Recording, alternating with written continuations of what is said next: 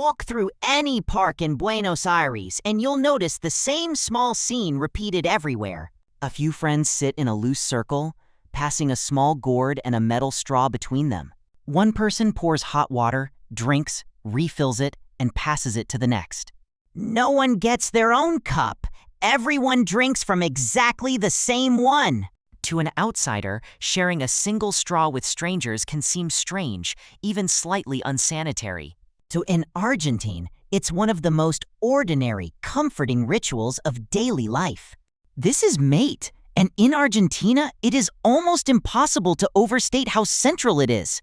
Over 90% of Argentine households keep yerba mate in the kitchen at all times. People drink it at home, at work, on trains, in parks, even while driving. But mate was never really designed to be a solitary drink, sipped quietly alone. Its entire structure, one cup, one straw, passed hand to hand, assumes company. So, here's the real question. What does sharing a single cup actually do to a group of people? The story starts long before Argentina existed, with the indigenous Guarani people. They lived across what is now Paraguay and parts of neighboring Argentina and Brazil. The Guarani discovered the energizing properties of a native holly plant, Ilex paraguariensis. They dried its leaves, steeped them in hot water, and drank the resulting infusion daily. For the Guarani, mate wasn't only practical, it carried real spiritual weight too. It was treated as a gift, meant to be shared rather than kept for oneself. Their culture placed real value on reciprocity, giving in order to receive, not hoarding. Wealth, in that worldview, wasn't measured only by what you kept, but by what you shared. When Spanish colonizers and missionaries arrived, they encountered this custom and adopted it themselves. Jesuit missions eventually began cultivating yerba mate on a much larger scale. By the 1600s, mate had spread well beyond its original Guarani communities. It reached gauchos, the nomadic cattle herders of Argentina's vast open plains. For gauchos, mate became a practical companion, portable, energizing, easy to prepare on the move.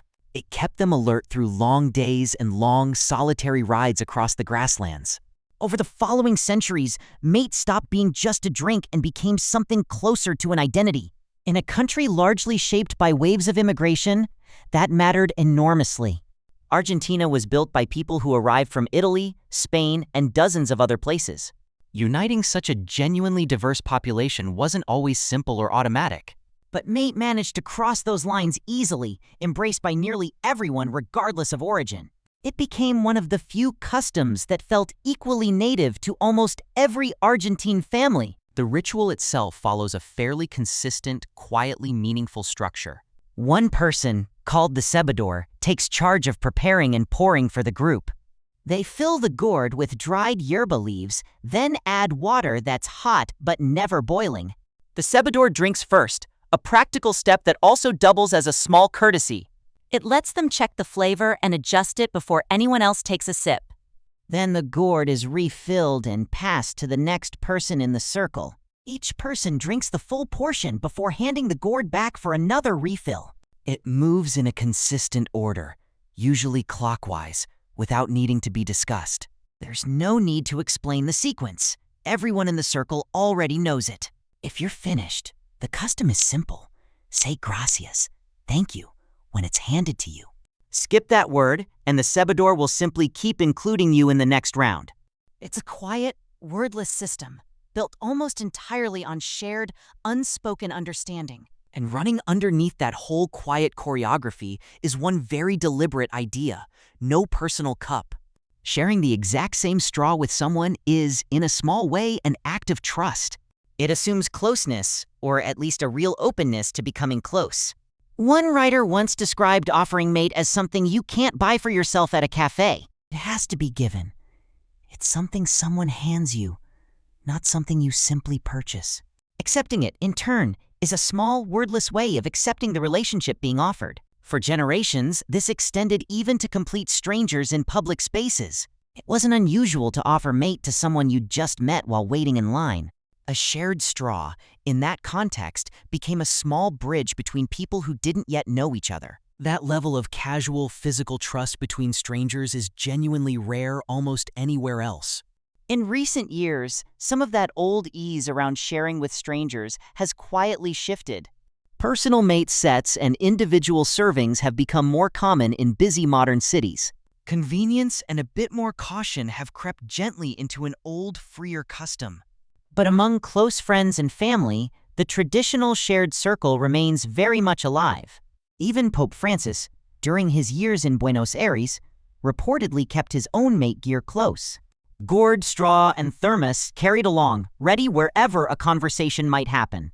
It's a small detail, but it says something about how deeply the ritual runs. So step back and consider what actually happens during that slow, unhurried circle. It's not really about the caffeine, though. Yerba mate certainly provides plenty of that. It's about the specific, deliberate choice to drink something slowly and to drink it together. There's no rushing a mate circle.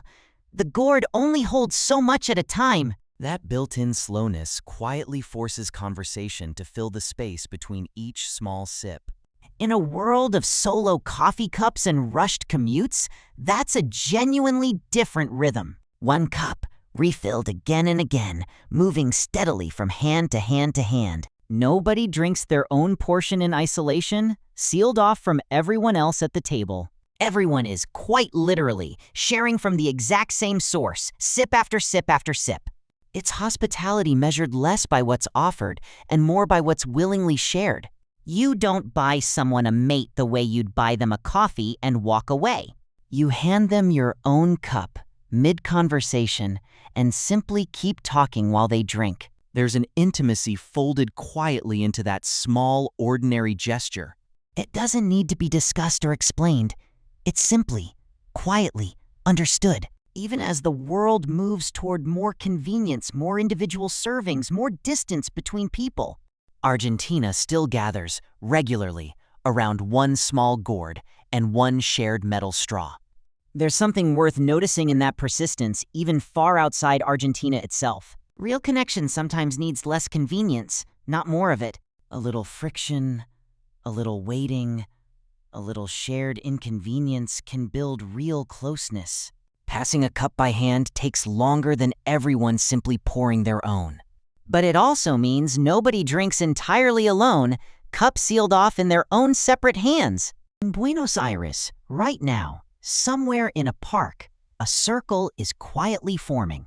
A thermos, a gourd, a straw, and no fixed idea of when the conversation will actually end.